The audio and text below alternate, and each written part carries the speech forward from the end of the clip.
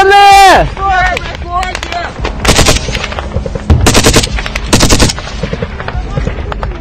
Вот сюда подъезжает! Он прям сюда! Забирай!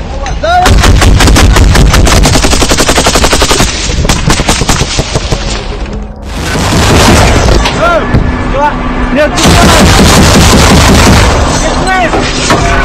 давай, бабас! Нет! Да!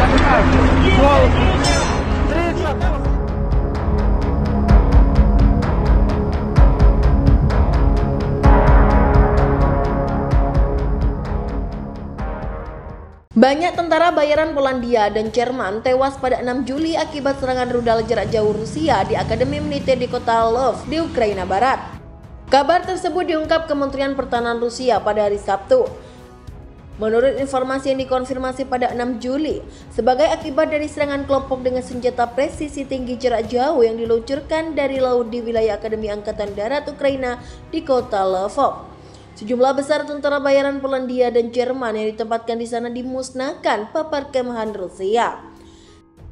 Sebanyak 4.990 tentara bayaran asing telah dimusnahkan sejak dimulainya operasi militer Rusia, dengan 4.910 orang melarikan diri dari zona pertempuran dan meninggalkan Ukraina, ungkap Kementerian Rusia. Amerika Serikat mengakui Ukraina telah kehilangan pasukan secara signifikan dalam perangnya melawan invasi Rusia. Namun Washington merasa masih terlalu dini untuk menyimpulkan hasil dari operasi balasan Kiev. Penasehat Keamanan Nasional Gedung Putih Jake Sullivan bersikeras bahwa meskipun kehilangan sejumlah besar pasukan, Kiev masih memiliki tentara cadangan substansial untuk dikerahkan ke pertempuran. Sullivan dalam forum keamanan Aspen di Washington pada hari Jumat ditanya apakah serangan balasan Ukraina yang sebenarnya belum datang. Dia menjawab bahwa serangan balasan dimulai pada hari orang Ukraina pertama mempertaruhkan nyawa mereka. Sudah ada banyak korban dan kematian pejuang Ukraina dalam serangan balasan ini. Jadi ini sedang berlangsung dan itu sulit terjadi. Dan AS mengatakan itu akan sulit. Namun Ukraina memiliki jumlah besar kekuatan tempur yang belum berkomitmen untuk berperang, kata Sullivan kepada moderator forum Edward Lewis seperti dikutip dari Independen. Sekarang sedang mencoba untuk memilih saat yang tepat ketika kita itu akan memberikan dampak maksimal di medan perang. Pada saat itulah mereka membuat komitmen bahwa AS akan benar-benar melihat apa kemungkinan hasil dari serangan balasan itu. Imbu Sullivan mencatat bahwa Washington sedang berkonsultasi erat dengan Ukraina mengenai persyaratan untuk itu. Sementara itu, Presiden Rusia Vladimir Putin mengatakan Barat jelas kecewa bahwa meskipun jumlah sumber daya yang sangat besar dikirim ke Kiev, serangan balasannya telah gagal membuahkan hasil apapun dan telah menyebabkan banyak korban di Ukraina. Pejabat tinggi Pentagon bersikeras awal pekan ini bahwa terlalu dini untuk menyebut serangan balasan sebagai kegagalan, dengan mengatakan Washington telah memperkirakan selama ini bahwa operasi itu akan berdarah dan berlarut-larut. Dan New York Times melaporkan minggu lalu bahwa setelah kehilangan hingga 20% dari persenjataan yang dikerahkan dalam serangan balasan hanya dalam 2 minggu, Presiden Ukraina Volodymyr Zelensky telah menghentikan operasi untuk menopang amunisi. Presiden Rusia Vladimir Putin mengumumkan kesiapannya untuk berperang melawan tentara NATO. Namun dari lubuk hati yang paling dalam, Putin mengaku tak menginginkan perang tersebut. Bahkan Putin menyebut Rusia berusaha menghindari konflik semacam itu dengan NATO. Meski begitu, jika bentrok langsung dengan tentara NATO benar-benar terjadi, maka Rusia akan melakukannya.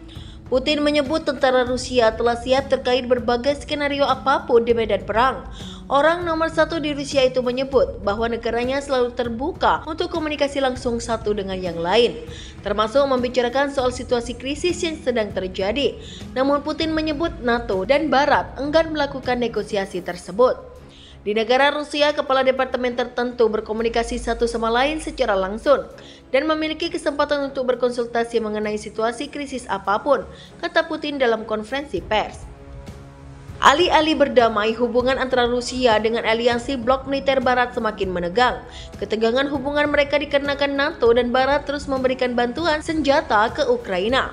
Padahal Rusia memperingatkan bantuan tersebut sama saja meningkatkan konflik berkepanjangan.